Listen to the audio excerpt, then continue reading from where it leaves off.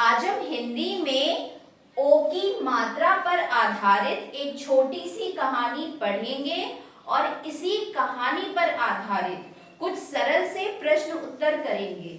ठीक है? Yes ma'am. और इससे क्या होगा? इससे ये होगा कि आपको हिंदी पढ़ना आएगा और साथ ही किस प्रकार हम प्रश्न उत्तर करते हैं आपको वो आ जाएगा। इसीलिए मैंने जो प्रश्न उत्तर रखे हैं वो बहुत ही सरल हैं। तो सब बच्चे ध्यान से कहानी सुनिए, फिर मुझे प्रश्न उत्तर बताइएगा। ठीक है? कहानी का नाम है गोल मटोल सोनी। क्या नाम है कहानी का? गोल मटोल सोनी। सोनी बहुत गोल मटोल थी। तो सोनी कैसी थी? गोल मटोल थी। अब देखिए इसमें जो भी शब्द हैं उनमें बहुत से शब्दों में ओ की मात्रा है। सोनी में है, गोल में है, मटोल में है। ठीक है? उसी तरह से इस कहानी में और भी जो शब्द आए हैं उनमें भी ओ की मात्रा है। उसकी चोटी मोटी थी। कैसी थी उसकी चोटी? मोटी। वह भोर सवेरे उठती थी। वह सुबह सुबह उठ जाती थी। सोनी रोटी गोल बनाती थी। ठीक है? तो सोनी कैसी रोटी बनाती थी? गोल। जो सबके मन को भाती थी और वो जो रोटी बनाती थी वो सबको बहुत अच्छी लगती थी। उसके पास एक खरगोश था।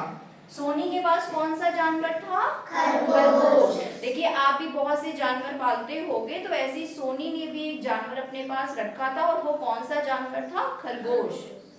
वह खरगोश सदा जोश में रहता था।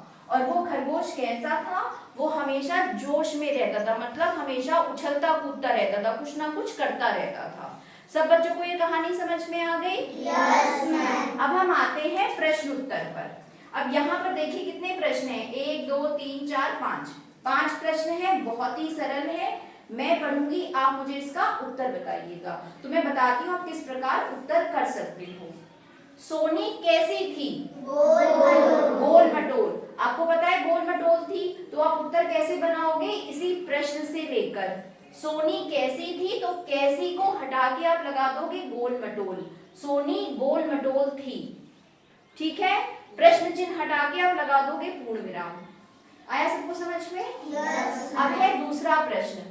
उसकी चोटी कैसी थी? मोटी थी। तो इसमें भी आप उत्तर में क्या करोगे? कैसी हटा के इसकी जगह जो इसका उत्तर है लिख दोगे।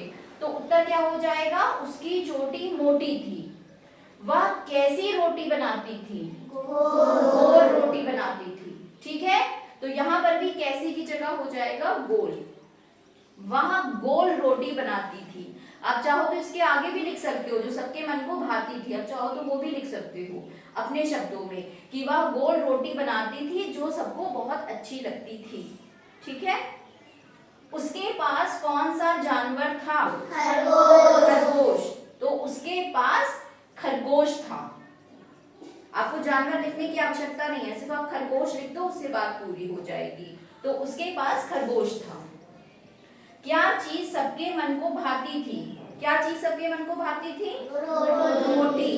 देखिए ये प्रश्न भी आ गया। अभी जो मैंने आपको यहाँ पे बताया था उसका ये प्रश्न भी है कि क्या चीज सबके मन को भाती थी।